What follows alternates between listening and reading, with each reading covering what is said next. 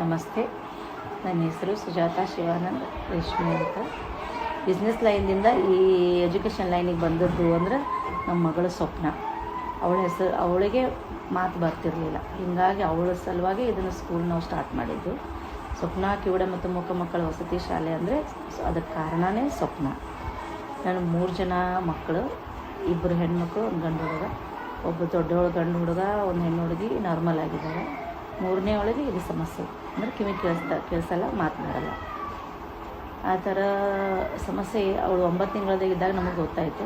But ನಾವು ಆ ಕಡೆ ಈ ಕಡೆ ಏನೋ ಮುಂದೆ ಮಾತು ಬರ್ಬೋದು. ಒಂದು 4 ವರ್ಷಕ್ಕೆ ಬರ್ತಾವೆ, 5 ವರ್ಷಕ್ಕೆ ಬರ್ತಾವೆ. ಅವಾಗೆಲ್ಲ ಮೊದಲಿನ ಜನ ಹಾಗೆ 7 ವರ್ಷದ ತನಕ ಮಾತಾಡ್ತಾರೆ.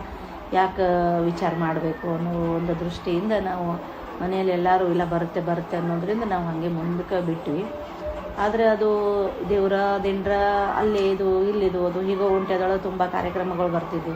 ಎಲ್ಲ ಕಡೆ ಹೋದ್ವಿ, ಎಲ್ಲ ಮಾಡಿದ್ವಿ. ಆದರೆ ಯಾವುದೇ ರೀತಿಯಿಂದ ಆಕೆ ಇಂಪ್ರೂವ್ಮೆಂಟ್ ಕಾಣಲಿಲ್ಲ. ಇವಾಗ ನಮಗೆ ಮೈಸೂರದೊಳಗೆ ಇಂಥದ್ದೊಂದು ಇನ್ಸ್ಟಿಟ್ಯೂಟ್ ಐತಿ ಅಂತ ಗೊತ್ತಾಯಿತು. ಆಕೆ 5 ವರ್ಷನೇಕಿದ್ಲು. ಆವಾಗ ನಾವು ಅಲ್ಲಿ ಮೈಸೂರಿಗೆ ಹೋಗ್ಬೇಕಂತ ತೀರ್ಮಾನ ಮಾಡಿದ್ವಿ. ಹೋಗ್ಬೇಕಂದ್ರೆ ಹೇಳಿದ್ನಲ್ಲ ನಾನು, ದೊಡ್ಡ ಕುಟುಂಬ ಅಂತ. ನಮ್ಮದು ಬಿಸ್ನೆಸ್ ಲೈನ್, ದೊಡ್ಡ ಕುಟುಂಬ. ಹಿಂಗಾಗಿ ನಮಗೆ ಮನೇಲಿ ಯಾರೂ ಹೆಣ್ಮಕ್ಳು ಹೊರಗೆ ಹೋಗಿರಲಿಲ್ಲ. ಹೀಗಾಗಿ ನಮಗೆ ಅದು ಹೋಗ್ಲಿಕ್ಕೆ ನಮ್ಮ ಮನೆಯಲ್ಲಿ ಎಲ್ಲ ರೀತಿಯಿಂದ ತೊಂದರೆಗಳಾದವು. ಬ್ಯಾಡ ಅನ್ನೋರು, ಯಾಕಂದ್ರೆ ರೊಕ್ಕ ಇದೆ, ಆಸ್ತಿ ಇದೆ, ಆಕಿನ ಹೆಸರಲ್ಲೇ ದುಡ್ಡು ಇಡೋನು, ಆಸ್ತಿ ಮಾಡೋನು ಅಂತ ಏನೋ ಎಲ್ಲರೂ ಒಂದೊಂದು ಥರ ತಮ್ಮ ವಿಚಾರಗಳನ್ನು ಎಲ್ಲರೂ ಹೇಳ್ತಿದ್ರು. ಆದರೆ ದುಡ್ಡು ಇಡೋದು ಮತ್ತು ಆಸ್ತಿ ಹಚ್ಚೋದ್ರಿಂದ ನಾಳೆ ನನ್ನ ಮಗಳ ಭವಿಷ್ಯಕ್ಕೆ ಒಳ್ಳೆಯದಲ್ಲ. ಏನೋ ದುಡ್ಡಿನ ಆಸೆಗಾಗಿ ನನ್ನ ಮಗಳಿಗೆ ಮೋಸ ಆಗ್ಬೋದಲ್ಲ. ಅದೇ 4 ಅಕ್ಷರ ಕಲಿಸಿದ್ರೆ ಯಾರೂ ಕಸ್ಕೊಳ್ಳೋದಿಲ್ಲ. ಅಂದರೆ ಯಾರೂ ಕಸಿದುಕೊಳ್ಳೋದಂಥ ವಿದ್ಯೆ ಅಂದರೆ ಇದು ಸಂಪತ್ತು ಅಂದರೆ ವಿದ್ಯೆ. ಅದಕ್ಕೆ ಆ ವಿದ್ಯೆ ಕೊಟ್ಟರೆ ನಾಳೆ ನನ್ನ ಮಗಳಿಗೆ ಭವಿಷ್ಯ ಆಗ್ಬೋದು ಅನ್ನೋದೊಂದು ದೃಷ್ಟಿಯಿಂದ ಎಷ್ಟೋ ಸಮಸ್ಯೆಗಳು ಬಂದರು. ಅದನ್ನೆಲ್ಲ ಎದುರಿಸಿ ನಾವು ಎಲ್ಲರಿಗೂ ಕನ್ವಿನ್ಸ್ ಮಾಡಿ ಮೈಸೂರಿಗೆ ಹೋಗಬೇಕು ಅಂತ ಒಂದು ಡಿಸಿಷನ್ ತಗೊಂಡು ಮೈಸೂರಿಗೆ ಹೋದ್ವಿ. ಮೈಸೂರಿಗೆ ಹೋಗಿ ಅಲ್ಲಿ ಇದ್ದು ಅಲ್ಲಿ ಹೆಂಗಪ್ಪ ಅಂದ್ರೆ ತಾಯಿಗೆ ಕೊಡ್ತಾರೆ ಅವರು, ತಾಯಿ ಮತ್ತು ಮಗುವಿಗೆ ತರಬೇತಿ ಕೊಡ್ತಾರೆ.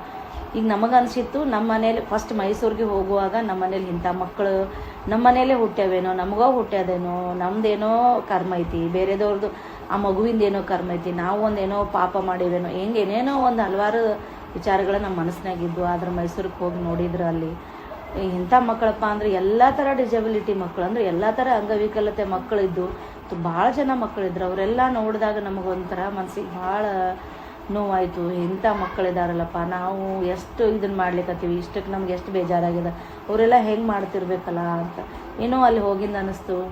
ಇರಲಿ ಇವರೆಲ್ಲ ತಮ್ಮೆಲ್ಲ ಮಕ್ಕಳು ತೊಗೊಂಡು ಬಂದು ಇಲ್ಲಿ ಇಂಪ್ರೂವ್ಮೆಂಟ್ ಮಾಡತ್ತಾರಂದ್ರೆ ನಮಗೂ ಸಾಧ್ಯ ಇದೆ, ನಮ್ಮ ಮಗುನೂ ಇಂಪ್ರೂವ್ಮೆಂಟ್ ಆಗ್ತಾಳ ಅನ್ನೋ ಒಂದು ಆಸೆಯಿಂದ ನಾವು ಏನೇ ಕಷ್ಟ ಬಂದರೂ, ಏನೋ ಸಮಸ್ಯೆಗಳು ಬಂದ್ರೂ ಎಲ್ಲ ಎದುರಿಸಿ 3 ವರ್ಷ ಅಲ್ಲಿ ನಿಂತು ನಾವು ಪಾಠ ತಗೋಬೇಕಂದ್ರೆ ಅದು ಭಾಳ ಕಷ್ಟಕರ. ಅದನ್ನು ಹೇಳಲಿಕ್ಕೆ ಸಮಯನೂ ಸಾಲಲ್ಲ. ಮತ್ತು ನಾವು ಹಿಂದೆ ಹೋಗಿ ಹೇಳಕ್ಕೆ ಹೋದ್ವಿ ಅಂದ್ರೆ ನಮಗದು ಜೀವನ ಹಿಂದೆ ನಡೆದಿದ್ದೆ ಹೇಳಲಿಕ್ಕೂ ಆಗಲ್ಲ. ನಮಗೆ ಅಷ್ಟು ತ್ರಾಸ ಆಗ್ತೈತೆ, ಅದನ್ನು ಹೇಳಲಿಕ್ಕೂ ಆಗಲ್ಲ. ಅದರಿಂದ ನಾವು 3 ವರ್ಷ ತರಬೇತಿ ತೊಗೊಂಡು ಬರಬೇಕಾದ್ರೆ ಆಕೆ ಏನೋ ಧ್ವನಿ ಬರ್ತಿರ್ಲಿಲ್ಲ ಆಕೆಗೆ. ಆದರೆ ಅಲ್ಲಿ ಹೋಗಿ 3 ವರ್ಷ ತರಬೇತಿ ತೊಗೊಂಡ್ಮೇಲೆ ಸೌಂಡ್ ಬಂತು. ಅಪ್ಪ, ಅಮ್ಮ, ತುಪ್ಪ, ಒಂದು 3-4 ಶಬ್ದ ಹೇಳ್ತಾ ಇದ್ಲಕ್ಕಿ.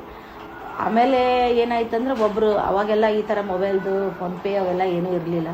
ಬರೀ ನಮ್ಮ ಮನೆಯವ್ರು ಬರೋದು, ದುಡ್ಡು ತರೋದು, ಕೊಡೋದು, ಬಿಜಾಪುರ ಮೈಸೂರು ಇದು ತೊಂದರೆ ಆಗಿ, ಬೇಡ ನೀವು ಬಿಜಾಪುರಕ್ಕೆ ಬಂದುಬಿಡ್ರಿ, ನಾವು ಏನಾದರೂ ಅಲ್ಲೇ ಬಿಜಾಪುರದಾಗ ಏನಾರೇ ಮಾಡಾಕತ್ರಿ, ನಾನು ನಿಮಗೆ ಸಪೋರ್ಟ್ ಮಾಡ್ತೀನಿ ಅಂಥೇಳಿ ಅವರು ಬಿಜಾಪುರಕ್ಕೆ ಕರ್ಕೊಂಡು ಬಂದ್ವಿ.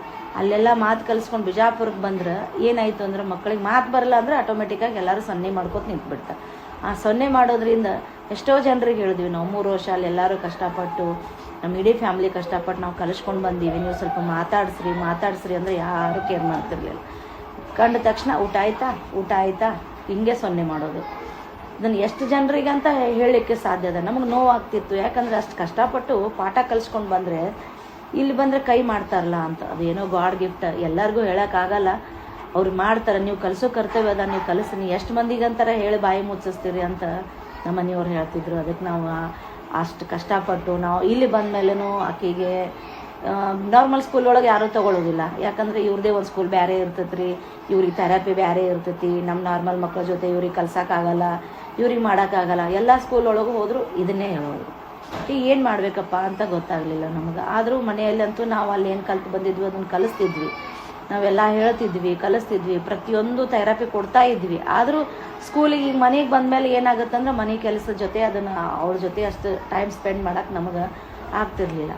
ಹೀಗಾಗಿ ಏನು ಮಾಡಬೇಕು ಅಂತ ವಿಚಾರ ಮಾಡಿದ್ವಿ. ಅಂದ್ರೆ ಭಾಳ ಕಷ್ಟನೂ ಪಟ್ವಿ, ಇದ್ದದ್ದೆಲ್ಲನೂ ಖರ್ಚು ಮಾಡ್ಕೊಂಡ್ವಿ, ಎಲ್ಲ ಮಾಡ್ಕೊಂಡ್ವಿ. ಆದರೂ ಮತ್ತೆ ಇಲ್ಲಿ ಸ್ಕೂಲ್ ಸಿಗಲಿಲ್ಲ ಅಂದ್ರೆ ಆಕೆಗೆ ಮತ್ತೆ ಅದನ್ನು ನಾವು ಕಲಿಸಿದ್ದೆಲ್ಲ ವೇಸ್ಟ್ ಆಗುತ್ತಲ್ಲ ಅನ್ನೋ ದೃಷ್ಟಿಯಿಂದ ಏನು ಮಾಡಿದ್ವಿ ಅಂದ್ರೆ ನಮ್ಮದು ಸ್ವಂತ ಮನೆಯೊಳಗೆ ಬಾಡಿಗೆ ಬಿಡಿಸಿ 2 ಹುಡುಗರು, ನಮ್ಮ ಏರಿಯಾದಾಗ ಇನ್ನೊಂದು ಹುಡುಗಿತ್ತು, ಅವು 2 ಹುಡುಗರಿಂದ ನಾವೇ ಸುಮ್ಮನೆ ಥೆರಪಿ ಕೋಚಿಂಗ್ ಟ್ಯೂಷನ್ ಥರ ಸ್ಟಾರ್ಟ್ ಮಾಡಿದ್ವಿ.